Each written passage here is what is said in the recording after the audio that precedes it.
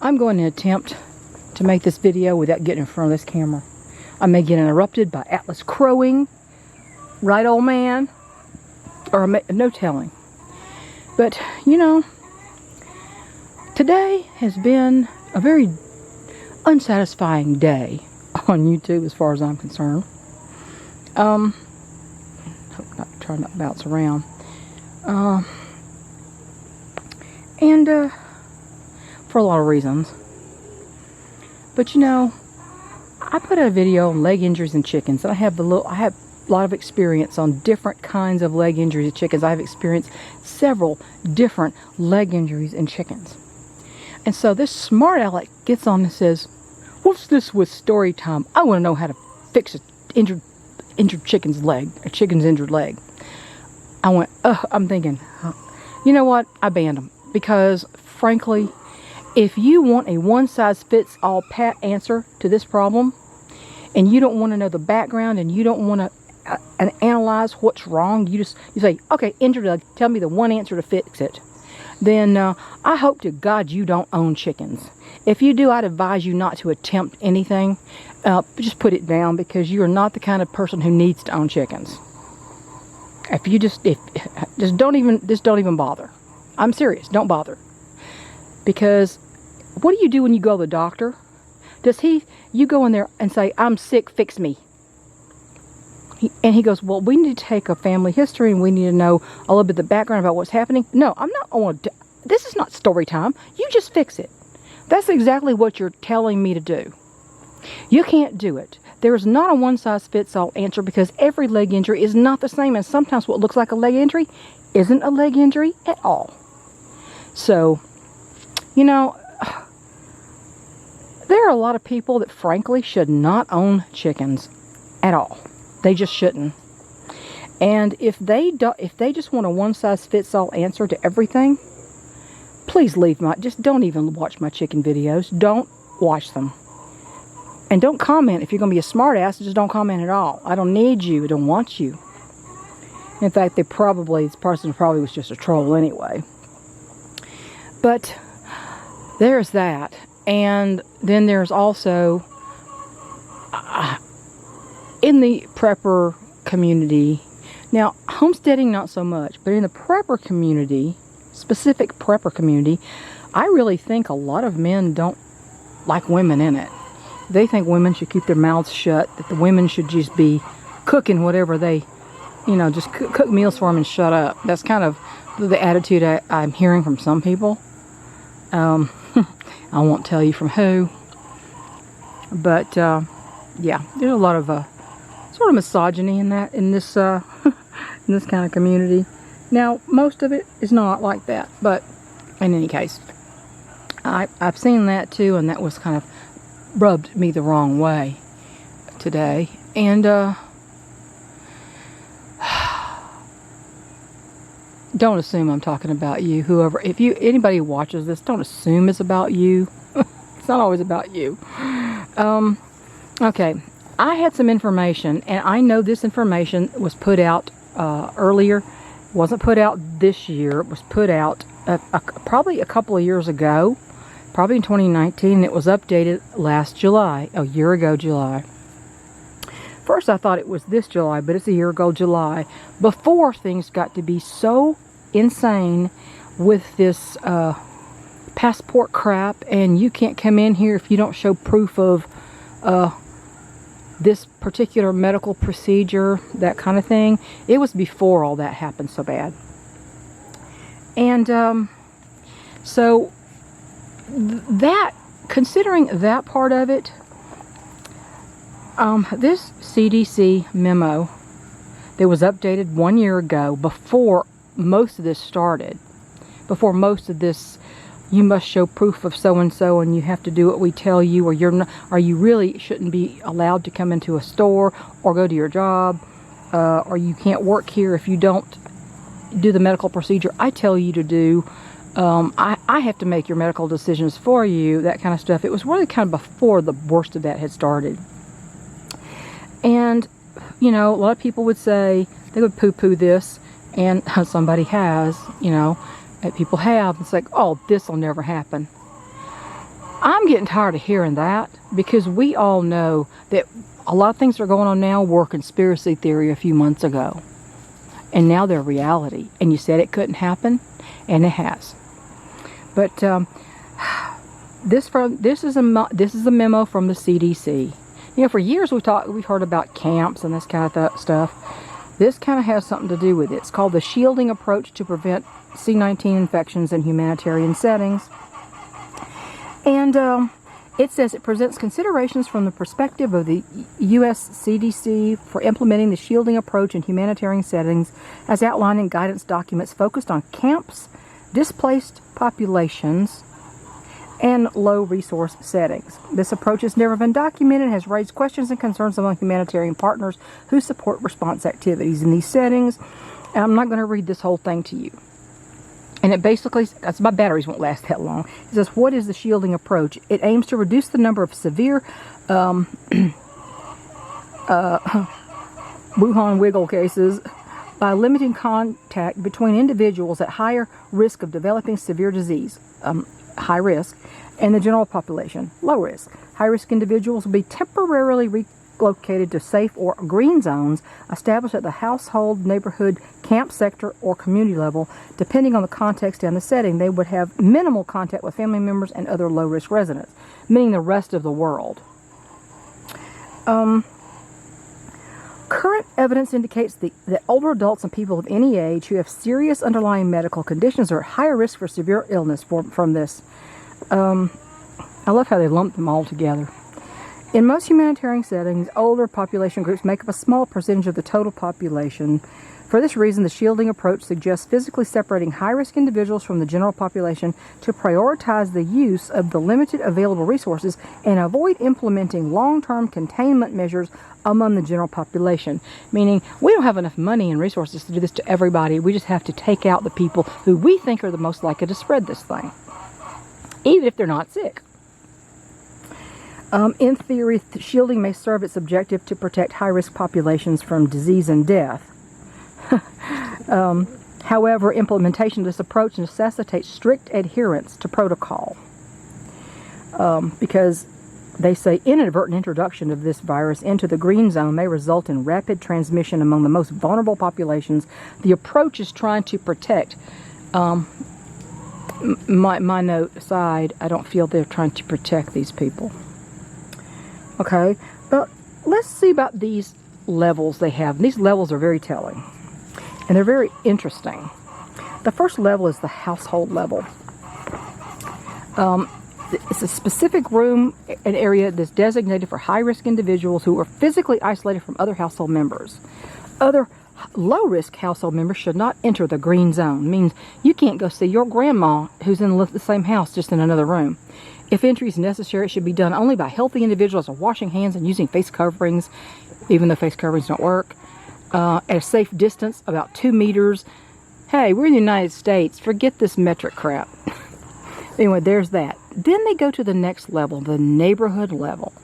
A designated shelter/group of shelters, maximum 5 to 10 households within a small camp or area where high-risk members are grouped together. Neighbors swap households to accommodate high-risk individuals. You mean they're going to take you out of your house and put you in somebody else's house and take the low-risk people from that house and put them in your house? Okay. I don't know how that would work out for you. And then there's the camp or sector level. A group of shelters, such as schools, community buildings within a camp or sector, maximum 50 high-risk individuals per single green zone, where high-risk individuals are physically isolated together. And the movement of this group is one entry point is used for exchange of food and supplies, a meeting area used for residents and visitors to interact while practicing physical distancing, no movement into or outside the green zone. I mean, you can't leave. You're not allowed to leave this area. And they go on and on about different kind of things. And they also talk about who is identified as high risk. Okay. They talk about people who obesity, diabetes,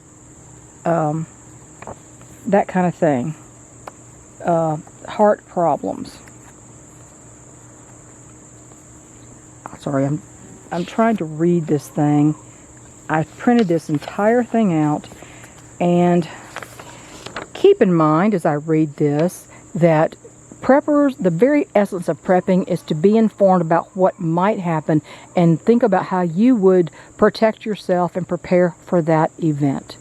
This is an event that they have been considering for a while, and now that things are worse about trying to keep people who were vaccine refusers from participating in society, I think it's more likely than it ever has been. Just my honest opinion here.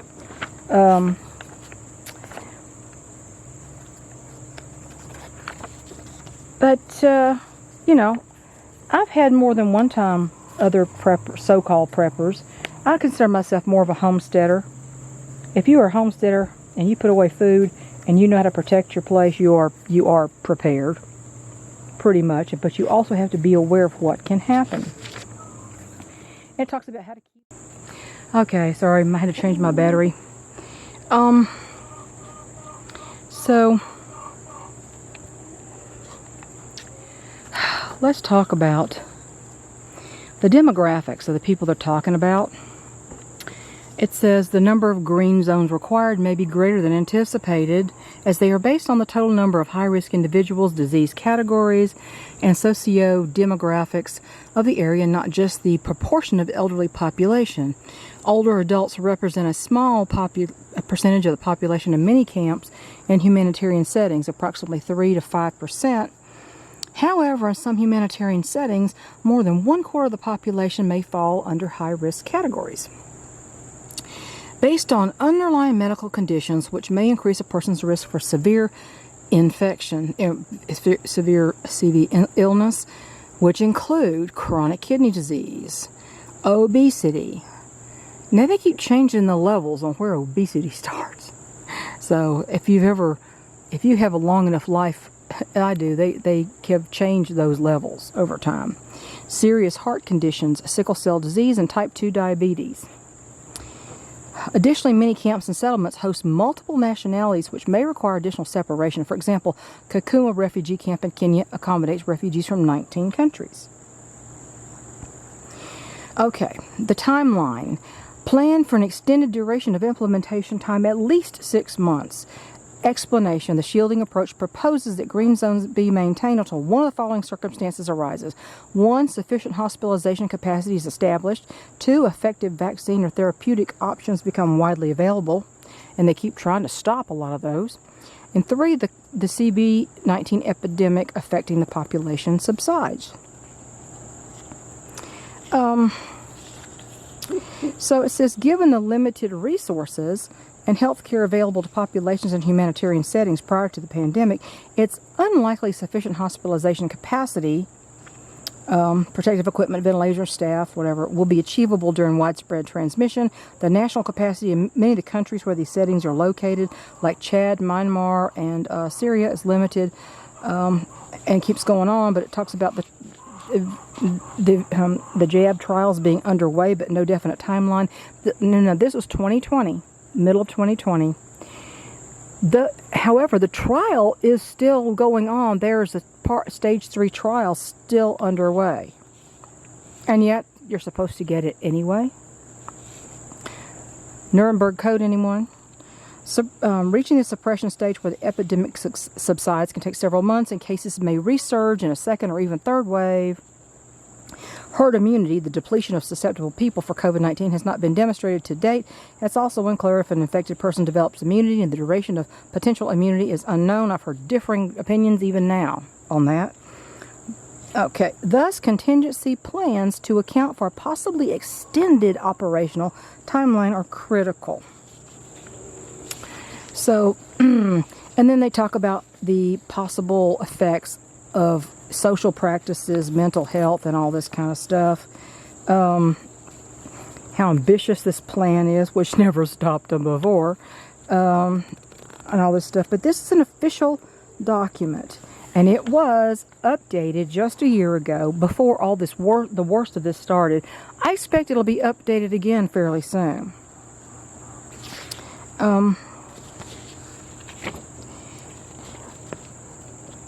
So this, it says of all the levels, it said household level shielding seems to be the most feasible and dignified, as it allows for the least disruption to family structure and lifestyle.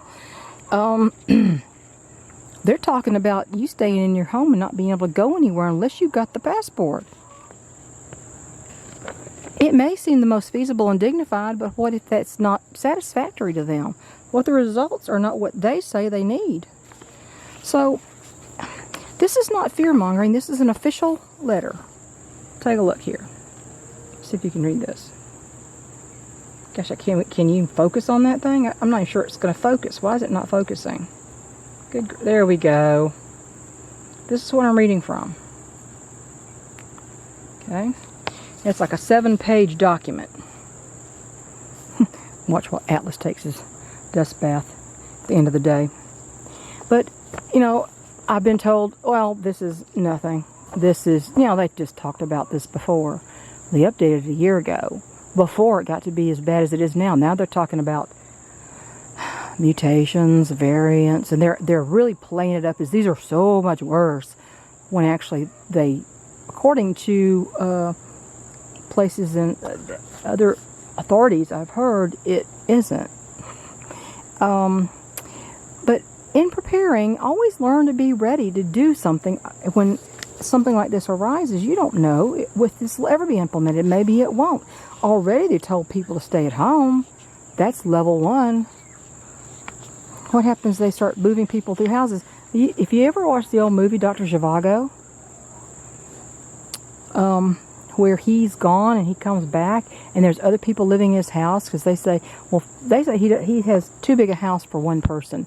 He has too much room, and they move families into his house. So that kind of reminded me of, it was a different reason, but it's still, you know, it's the communist way. So this is a paper written, and it is an official document. And, you know, if you say that'll never, I promise you it will. Never say never about things like this. I hope it doesn't, but if it does, aren't you supposed to be prepared? Isn't that what preppers do? Prepare for the unexpected? So why would you shun information? Why would you push it aside and say, I don't like that information? It'll never happen. It's not worth mentioning. I happen to think it's worth mentioning. The whole world is in a state that I never saw coming. I knew it was going to get bad, because Scripture tells us before the end times things are going to get bad. But it couldn't have, and it talks about pharmakia, sorceries, pharmakia, drugs.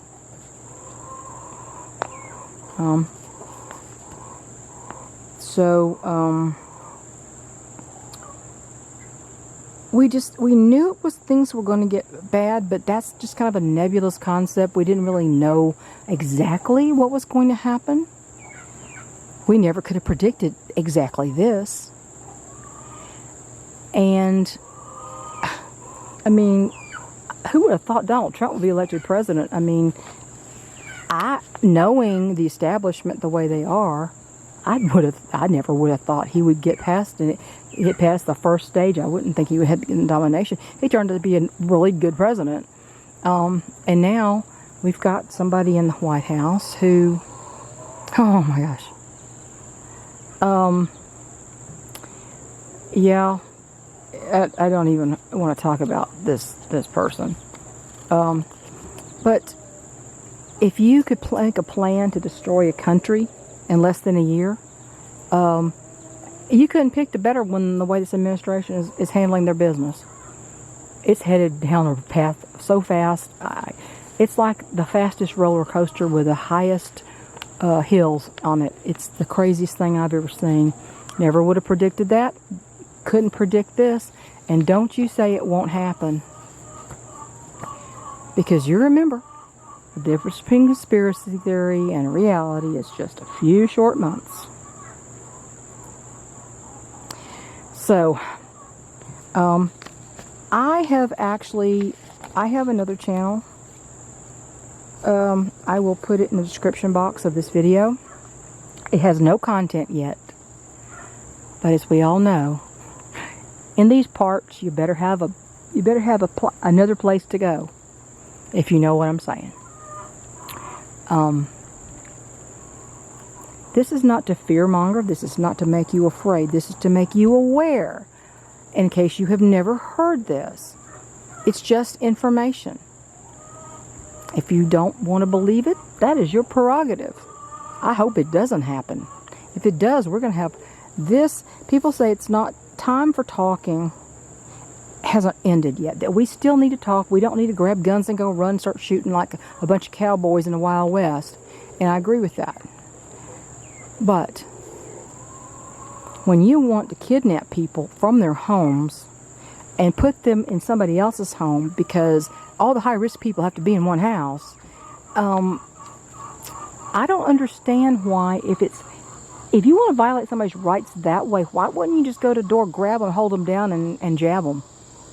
They're already violating the rights, constitutional rights, making decisions for you that the government shouldn't be making, doing things against your will. Why in the heck wouldn't they just hold you down and jab you if it was effective?